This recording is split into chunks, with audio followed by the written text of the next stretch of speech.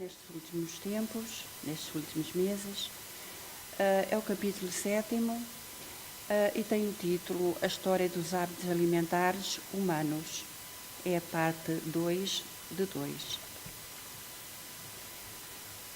Fração significativa da humanidade acredita num poder superior, crença perfeitamente correta e racional.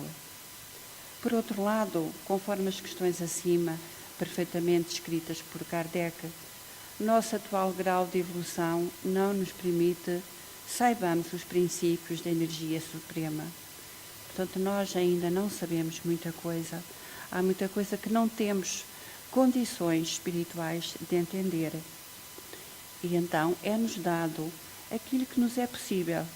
E mesmo assim temos ainda essas dificuldades de compreender, mas tudo vai a seu tempo. Tudo havemos de conseguir, porque Jesus nos prometeu isso tudo.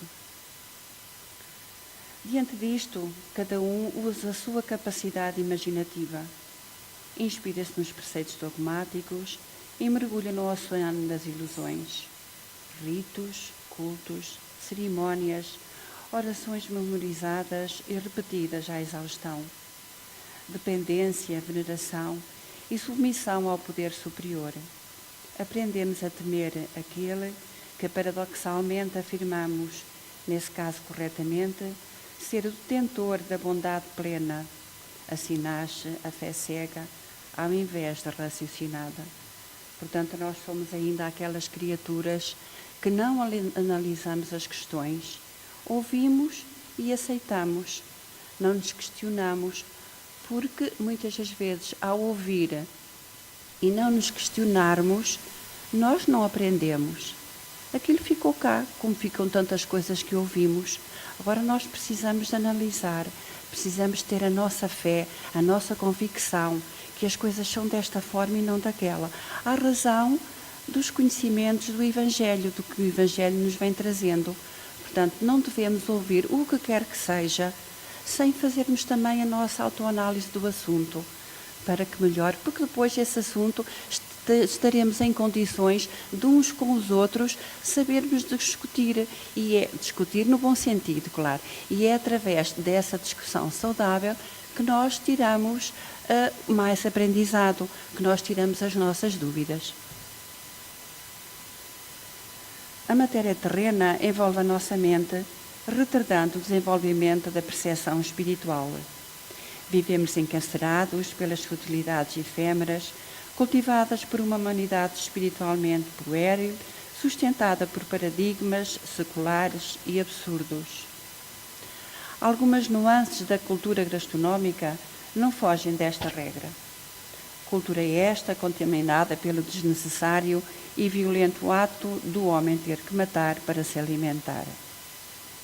Portanto, o fato de comermos carne, apesar da evidência de que não temos características anatomofisiológicas de onívoros, pode ser muito bem explicado pelas questões culturais históricas, normalmente oriundas de crenças desprovidas de nexo.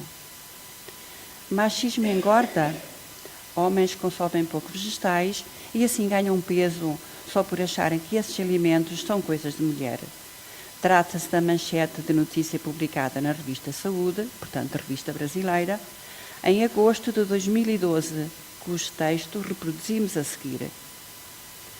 Talvez o maior símbolo da culinária masculina seja o churrasco. Já um prato de salada, segundo o especialista em psicologia alimentar Brian Bansing, da Universidade de Cornell, Estados Unidos, enfrenta resistência entre a turma do Bolinha. Após realizar uma bateria de testes com uma série de voluntários, ele descobriu que os homens tendem a experimentar menos vegetais por associá-los a comidas femininas e abusam do que consideram ser opções de macho alfa, a exemplo de frango a passarinho, picanha, etc. Essa constatação científica é um claro sinal de que ainda conservamos os instintos alimentares primitivos, incompatíveis com o grau de expansão da consciência que uma percentagem bem maior da população humana planetária já poderia ter atingido. Jornal Folha de São Paulo, de 4 de setembro de 2013, Caderno Comida. Apesar de toda a modernidade do século XXI, eis mais um exemplo do primitivismo espiritual humano. À página 8 desse tal jornal, a Folha de São Paulo, a jornalista Luísa Fecarota apresentou matéria a respeito de uma triste cena protagonizada por um dos mais famosos chefes de cozinha do mundo. O facto ocorreu em destacado simpósio sobre gastronomia em Copenhague, Dinamarca. O chefe proferiu sua palestra intitulada O Elo da Morte com a Gastronomia. Apresentou o vídeo que mostrava o sacrifício de animais e, em sequência, os pratos aos quais seus cadáveres davam forma. Estética impecável. Encerrada a palestra, as luzes foram acesas e ele apresentou-se segurando uma galinha. Assim relatou a jornalista. O chefe fez um gesto com o polegar erguido que sugeriu um mato ou não mato à plateia com cerca de 300 pessoas, que gritou em uníssono: mata, mata, mata. Ele então torceu o pescoço do animal, que depois do evento limpou e transformou em um brasileiro frango a passarinho, servido no jantar de encerramento aos participantes. É lógico que ninguém gosta de ver uma coisa destas, porque isto é uma coisa brutal. Isto é uma coisa brutal. Põe-se aqui a questão das pessoas que têm os seus franguinhos, os seus animais que têm para o seu alimento. Está fora de questão em relação a esta atitude. Está fora de questão. Porque muitas das vezes quem mata aquilo que produz, não é? Às vezes chega a ter pena de o fazer. Mas às vezes é-lhe necessário. E não é por aí que está o mal. Portanto, esta apresentação, isto é que é de lamentar, não é? Isto é que é o ser indiferente ao sofrimento do animal, seja ele qual for. A forte repercussão negativa nas redes sociais fez com que muitos chefes e outros profissionais se manifestassem favoravelmente ao ato relatado. Eis alguns dos comentários publicados na matéria da Folha. Portanto, a Folha será, por certo, alguma revista. Estamos há 6.000 anos consumindo aves domésticas e matando-as na hora de comer. Essas pessoas que acharam cruel são equivocadas, burras e reacionárias. Isto é que é o errado, porque isto é a falta de respeito pelos outros. Hoje há muita hipocrisia com a alimentação. As pessoas não querem enxergar a realidade. A gente come um animal que morreu. A nossa geração acha que a comida vem do supermercado. O que ele fez foi fechar o ciclo. Esse é o ciclo da vida. Pega o animal, mata, limpa, cozinha e serve. Isso é respeitar. Não, isto é frieza. Se isso é respeitar, o que seria desrespeitar? Esse episódio, apesar de chocante, retratou de forma teatral a realidade do comportamento alimentar humano. A realidade, certamente, seus atores contribuíram para que muitos consumidores de carne passem a repensar a prática dessa lamentável tradição gastronómica. Nosso hábito alimentar tornou-se mais um paradigma milenar, racionalmente incompreensível, numa sociedade que evoluiu tanto desde que o primeiro homem colocou o primeiro pedaço de carne na boca. Mudá-lo não é missão simples, mas talvez estejamos atravessando uma importante fase de transição, já que a ciência tem demonstrado que as dietas não vegetarianas podem provocar gravíssimos problemas de saúde e levar à mortalidade. Que estamos a atravessar uma importante fase de transição, disso não tínhamos a menor dúvida. E nessa fase de transição há sofrimento por todo lado. Porque a transição, ela está a fazer-se pelo sofrimento. Não porque seja isso que Deus e Jesus pretendam de nós, mas porque nós encaminhamos assim o mundo para isso. Mas confiemos. Deus é Pai e nós somos os seus filhos queridos. Além disso, é nítida a mudança que se tem verificado nos princípios éticos de uma fração da humanidade que já consegue entender que o abate do animal é um ato de violência. Segundo o historiador Henrique Carneiro, citado por Nâncio Dainese, a Igreja fez surgir a crença da supremacia do homem sobre as demais criaturas. A carne passou a ser símbolo da altivez da classe alta. E quanto mais carne uma pessoa comia, mais elevada era a sua posição na sociedade. Na Idade Média, os contrários ao abate de animais eram considerados fanáticos, hereges e frequentemente queimados nas fogueiras da Inquisição. Dois dos momentos mais tristes da história da humanidade, a Inquisição e o nazismo. Abrimos um parênteses para informar que Adolf Hitler ordenou que se fechassem as associações vegetarianas na Alemanha e, posteriormente, nos territórios ocupados. Dentre tantos, Edgar Kupfer, conhecido pacifista vegetariano alemão, foi perseguido pelos nazistas, fugiu para Paris e depois para a Itália, onde foi preso pela Gestapo e levado ao campo de concentração de Dachau. Portanto, a informação que Hitler era vegetariano não procede. Em verdade, por recomendação médica, teve que diminuir acentuadamente a ingestão de carnes, porque padecia de sérios problemas gastrointestinais. Portanto, nós sabemos que a carne, sobretudo as carnes vermelhas, elas levam o seu tempo no intestino para que esse alimento se transforme e possa seguir a corrente sanguínea. Ela demora mais tempo do que, por exemplo, as carnes brancas.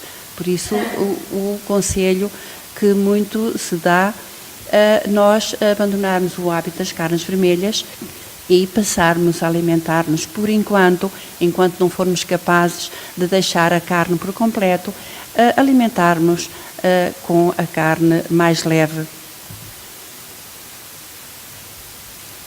Retornando ao relato histórico de Carneiro, no Egito Antigo, 3.200 anos antes de Cristo, grupos religiosos pregavam que a carne prejudicava o processo reencarnatório. O primeiro profeta rei chinês, Fu Xi, era vegetariano e ensinava a arte do plantio e as propriedades medicinais das ervas. Os povos do Japão viviam com vegetais, peixes e crustáceos. Com a chegada do budismo, a proibição da caça e pesca foi bem aceita pela população. Entre 264 e 232 anos antes de Cristo, o rei indiano Asoka se converteu ao budismo, chocado com os horrores da guerra. Com isso, proibiu o sacrifício de animais e o seu reino se transformou em vegetariano. O respeito aos seres vivos, pregados pelo budismo e pelo hinduísmo, a prática do yoga e o vegetarianismo são para os indianos essenciais para se ascender a níveis espirituais superiores, mas não chega só estes. Precisamos de muito mais. Mas estes já são alguma coisa que alguns de nós, com certeza, ainda não conseguimos aspirar. E quanto a Jesus Cristo, teria sido ele um consumidor de carnes? Grande parte da humanidade tem certeza que sim. Cabe-nos, entretanto, um profundo exercício mental que certamente levará à conclusão lógica. Lembremos algumas máximas de Jesus. Amai o próximo como a si mesmo. Com esta frase, ele não quis dizer que apenas os humanos são nossos próximos, como pensa a grande maioria, mas todos os seres vivos. Logo, o sacrifício de qualquer animal seria incompatível com o pensamento e a ação de espíritos de elevado padrão evolutivo.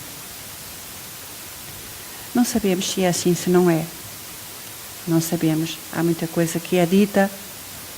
Eu fiz algum estudo, porque este assunto também é novo, não é na questão do vegetarianismo, mas na nossa evolução espiritual.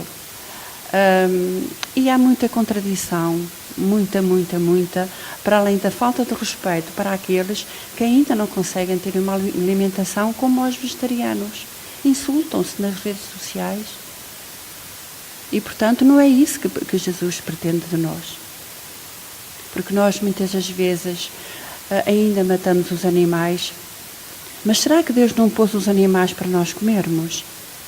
Com certeza pôs, porque Ele podia não nos dar essa alimentação. Se ela nos vai sendo desnecessária, vai. Consoante nós vamos aprendendo, consoante Ele nos vem trazendo novas formas de nos alimentar, nós vamos deixar essa fase, porque todos vamos deixar essa fase. Todos vamos deixar. Mas será que Deus deixou de fazer isso? Deus sabe de tudo. Deus tem poder para acabar com tudo. Ou para poder fazer melhor. Mas isso cabe-nos a nós. A nós é que nos cabe fazer essa transformação. Só uma pequena pausa aqui na leitura. Eu vi uma entrevista de Divaldo, onde lhe perguntavam o que é que ele achava, se quem era vegetariano é que era evoluído espiritualmente. Ele disse que não. Que a evolução espiritual conhece pelo caráter de cada um. Perguntaram se ele comia carne. Ele disse que sim, embora não fosse o prato preferencial dele. O Chico, no programa Pinga Fogo, também nos fala sobre a situação do nosso corpo ainda ingerir a carne. E remete-nos para o livro dos Espíritos, que não está ultrapassado. É um livro que nunca será ultrapassado, o livro dos Espíritos. Porque Jesus sabe a nossa pequenez. O Pai do Céu sabe, Ele é que nos criou, Ele sabe tudo de nós. Agora, não pensemos que eu não como carne, eu não sou evoluído. Poderemos ser evoluídos. Será que Divaldo não é evoluído? Certamente que é. Porque a nossa evolução é uma coisa muito versátil e há muita coisa que nós temos que aprender para atingirmos a evolução espiritual. Quem é vegetariano é ótimo. Quem conseguiu essa conquista é ótimo. Eu ainda não consegui. Também já não como a carne que comia, nem pouco mais ou menos. Vou fazendo lentamente, porque é o trabalho de cada um, é nós fazermos a mudança em qualquer patamar, em qualquer prisma, lentamente. Porque nem a natureza muda de um momento para o outro. A natureza também é lenta na sua mudança. E depois vem-nos chegando nas redes sociais que a carne tem isto e aquilo e aquilo outro. Depois tem. Isso também é uma forma que Deus tem para que nós possamos começar a ter mais consciência que isto ou aquilo ou outro nos vai fazendo mal. Então nós, com medo, com receio das doenças, nós vamos tirando da nossa alimentação essas coisinhas. Vamos diminuindo, vamos comendo menos. Tudo isto é obra de Deus. Para chegar a nós, das diversas formas que Ele sabe, de sermos capazes de assimilar. Tudo é obra de Deus. Tudo está tão bem feito, meus irmãos. Tudo está tão bem feito. Por isso acalmemos, serenemos nosso coração e tentemos receber estas sementinhas, porque tudo isto são sementes. E este e outros livros são sementes que nós devemos aproveitar para o nosso celeiro e aos poucos irmos debruçando sobre elas. Será que esta já está na altura de colocar na minha leira para ela germinar? É o nosso trabalho. O nosso trabalho é este. Nós próprios fazer a nossa própria evolução. Porque Jesus disse, trabalha que eu te ajudarei. E o trabalho é o esforço também que nós temos que fazer no nosso percurso evolutivo. Isto foi só uma partezinha para nós também nos aliviarmos um pouquinho, não é? Então, este é o meu mandamento. Amai-vos uns aos outros como eu vos amei. É fácil inferir dessa frase que se Ele ama todos os seres com a mesma intensidade e nos pede para amarmos uns aos outros, devemos, antes de mais nada, respeitar a vida. Ninguém tem o direito de tirar a vida de alguém, independentemente da espécie animal. Ninguém tem maior amor do que aquele que dá a vida por seus amigos. Dar a vida pelos amigos é um ato de amor. Tirar a vida é um ato de violência. Então Jesus disse, segue teu caminho e não maltrates os animais, para que tu, por tua vez, encontres um dia a misericórdia. Porque há muito quem não coma carne e maltrata os animais. Há muito quem coma carne porque foi uma opção. Foi uma opção. E maltratam os animais, abandonam os animais. Largam-nos na rua, vão de férias, abrem a porta do carro e põem-nos na rua. Isto é mais que matar. Nem uma coisa nem outra, está certa. O grau máximo da escala de maltrato aos animais é quando são mortos pelo homem. As palavras divinas não devem ser interpretadas parcialmente.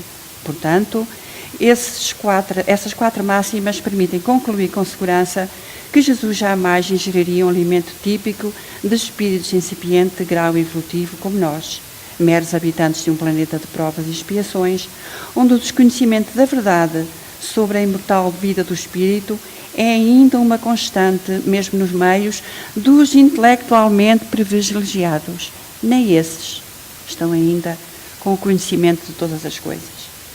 Imaginar que Jesus tivesse sido onívoro enquanto encarnado seria rebaixá-lo ao nível dos espíritos infantis sob o ângulo evolutivo, taxando de violento e hipócrita. Representaria um desrespeito, uma afronta de impressionante magnitude ao iluminado mestre. Já temos um grau de inteligência suficiente para que sejamos coerentes na análise e interpretação dos escritos ao longo dos milénios.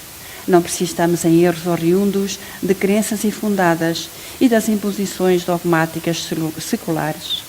Há evidências de que na história da multiplicação dos pães e peixes por Jesus não existiram os peixes. Segundo alguns estudiosos da Bíblia, a palavra fishweed, alga seca, queria dizer alga seca, foi mal traduzida para peixe. A alga seca era um alimento popular entre os camponeses palestinos. Isto é um argumento de Fátima Borges. Portanto, ninguém nos garante que é assim ou não. Vamos esperar para ver e para sabermos. E vamos também, tendo a nossa crença, a nossa fé. Nós ouvimos as narrações evangélicas e ouvimos depois nossos outros irmãos que nos falam nestas situações. Mas devemos ter, por tudo, o máximo de respeito. Consta em um manuscrito encontrado no Vaticano que Jesus vivera entre os essénios e era vegetariano. Esta civilização era originária do Egito. Em 170 a.C., formaram um grupo que abandonou as cidades e rumou para o deserto, à margem do Mar Morto. Faziam de respeito à vida um exercício prático que levava à efetiva realização da virtude e à plenitude da vida moral. Escreveram os mais antigos textos bíblicos e influenciaram o cristianismo. Possuíam moralidade exemplar, costumes corretos e pacíficos. Dedicavam-se ao estudo espiritualista, à contemplação e à caridade. Era um povo, além do seu tempo, servindo a Deus pelo auxílio ao próximo, expurgando sacrifícios no altar e o culto de imagens. Era um povo muito trabalhador. Eles, para além de se dedicarem à caridade e à contemplação, eles cultivavam os campos para que depois dividissem por aqueles que nada tinham. Igualmente ao Mestre Jesus, processavam o amor pelos animais e a alimentação sem carne. Antes da civilização essénia ter sido atacada pelos romanos 68 d.C., esconderam seus manuscritos em potes de cerâmica e os enterraram em cavernas. Em 1947, beduínos encontraram os manuscritos nas cavernas de Qumran, em Israel, em número de 813, redigidos entre 225 a.C. e 68 d.C. Dos manuscritos Qumran constam alguns costumes dos essénios e alguns textos antigos que foram omitidos da Bíblia, como a cura espiritual, a reencarnação, a divisão das colheitas, o povo no poder, o vegetarianismo e a relação pacífica dos homens com os outros animais. Estes temas poderiam ameaçar os interesses e o reinado dos papas, reis e imperadores. É uma adaptação de Rildo Silveira. É impressionante a influência que os detentores do poder conseguem exercer sobre a humanidade, desde os mais remotos tempos da história. Os interesses de líderes egocêntricos, egoístas, ambiciosos e vaidosos, típicos de espíritos inteligentes, porém de baixíssimo grau de evolução espiritual, prevaleceram e se tornam paradigmas milenares que até hoje norteiam o rumo da nossa civilização. E estes líderes continuam presentes na sociedade atual, dirigindo os humanos, fascinados pelas ilusões da matéria efêmera, por trilhas tortuosas e repletas de obstáculos de difícil transposição. Por que não seguirmos a estrada larga e reta, iluminada pela sabedoria dos grandes mestres, a nos despertar para a premência da libertação, da alma, das arguras dos baixos níveis de vibração energética? Por que não seguirmos? E nós estamos seguindo. Nós estamos seguindo. Porque nada para na evolução. Nada para. E nós vamos seguindo conforme as capacidades que temos. Ainda em relação ao Livro dos Espíritos, há três perguntas que quem tiver o Livro dos Espíritos, creio que toda a gente terá, que é a pergunta 723, 724 e 734, que podem também ler, porque é interessante que se leia o que é que os Espíritos nos dizem sobre a alimentação. Então, meus irmãos, devemos respeito aos animais? Devemos. Muito respeito e muito carinho. Que ainda temos as nossas dificuldades na questão da nossa sobrevivência, pelos costumes alimentares milenares, ainda temos. Mas tudo isso passará. Um dia tudo isso passará. E a própria natureza nos trará alimentos que já existem hoje na Terra, mas que nós não os conhecemos. Há muitas coisas que existem na Terra. Eu refiro-me na Terra, não me refiro com o planeta. Terra, a Terra que nos alimenta. E que nós desconhecemos. E com o tempo, já vamos, olha, sabes, esta erva faz uma sopa maravilhosa. Olha, vou experimentar.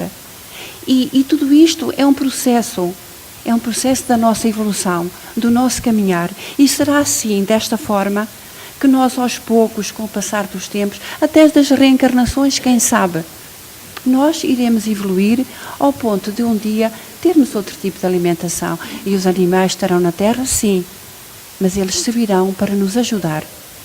Porque isso também está escrito, que os animais servirão para nos ajudar. Está escrito no Livro dos Espíritos. Então nós confiamos nesse livro amoroso e sagrado que Jesus nos enviou como Consolador das nossas aflições e das nossas interrogações. Que Ele nos possa continuar a ajudar na nossa evolução e a tornar-nos criaturas mais amorosas, mais pacientes, mais condescendentes uns com os outros. Porque muitas das vezes nós somos tudo e mais alguma coisa, mas não temos paciência.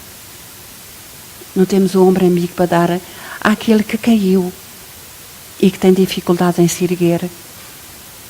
Não temos a boca para dar uma palavra amorosa que traga alegria, que traga ânimo. Outras vezes fechamos os ouvidos, não queremos ouvir as coisas porque nos faz mal ouvir falar em coisas menos boas. Então nós temos um grande caminho a fazer, meus queridos irmãos. Nós temos um grande caminho a fazer, mas que o faremos. Disso não tenha ninguém a menor dúvida. Que Jesus nos abençoe.